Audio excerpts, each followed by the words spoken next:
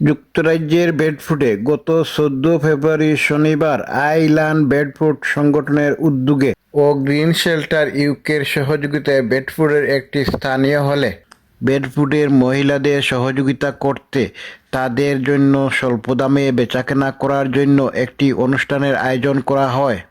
সেখানে মহিলাদের অনেক দোকান বসে মহিলাদের জিনিস, তাই বেডফোর্ডের অনেক মহিলারা উপস্থিত ছিলেন।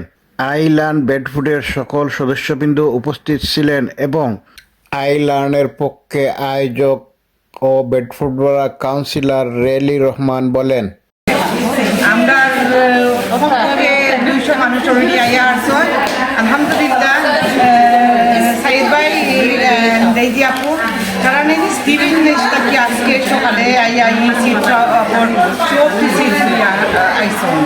আর আমরা স্কুলে অনেক ভিজিটে যাইছই।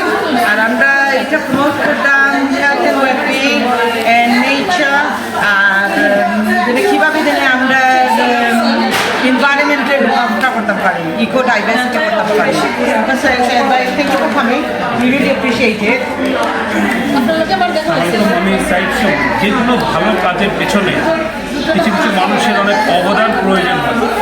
Someone like councillor Reli Rahman, amazing person, উনি অনেক চ্যারিটেবল কাজ করেন এবং কাউন্সিলর হিসেবে ওনার যে দায়িত্ব আছে সেগুলো তো সাকসেসফুলি পালন করছেন। ওনার ইনভাইটেশনে আমরা আজকে এসেছি গ্রিন শেল্টার থেকে 6 শো আপ ইভেন্টে। আমরা পৌঁছানোর আগে এখানে অনেক লোকজন ছিল, বিভিন্ন কমিউনিটির লোকজন এসেছে। আমাদের যেটা মোটো, আমরা চাই বিভিন্ন কমিউনিটির মানুষকে কানেক্ট করা থ্রু সাস্টেনেবল গার্ডেনিং। আমরা you have done really well today. Thank you very much. Bedford থেকে Mohammad Altaf Hossain Chowdhury, AC News UK.